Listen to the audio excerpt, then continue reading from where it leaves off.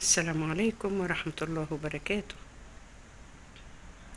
يا ترى كل الناس أو اللي وضع القانون مش معقولة. أي قانون في الدولة حد واحد بس اللي بيحطه.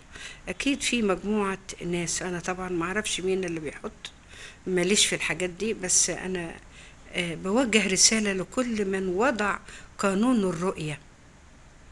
يا ترى حضرتك أو حضرتك بتعرفوا هم الستات بيستخدموا الرؤية ازاي؟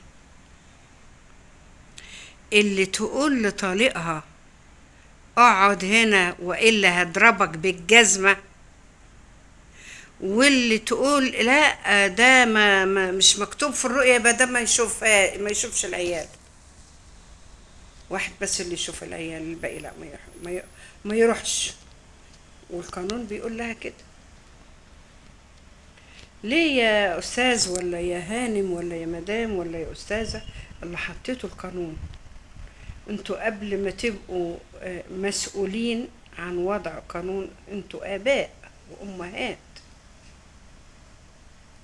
هل انتوا تقدروا ما تشوفوش اولادكم؟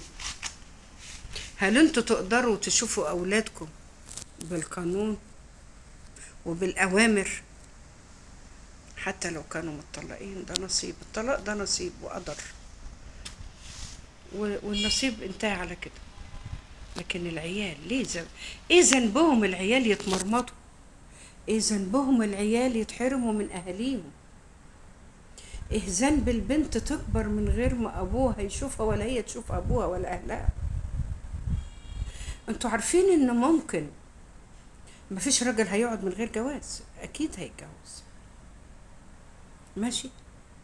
دلوقتي الراجل ما يعرفش حتى شكل بنته ايه، خليه عرفها، عارف شكل بنته ايه، واتجوز وخلف وولاده كبروا، والعيال اتجمعوا مثلا في الجامعة وتعرفوا على بعض،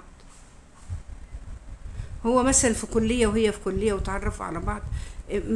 ما يجيش في بالهم انهم ممكن يكونوا اخوات وممكن يحبوا بعض، ويجوا عند النسب يكتشفوا انهم اخوات. بتحصل ولا ما بتحصلش؟ ويبقى مين السبب في كده؟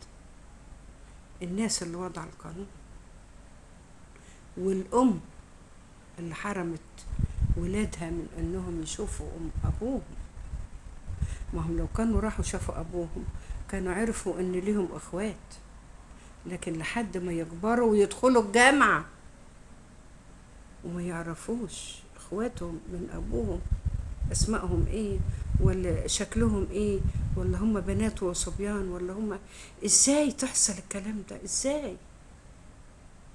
ازاي؟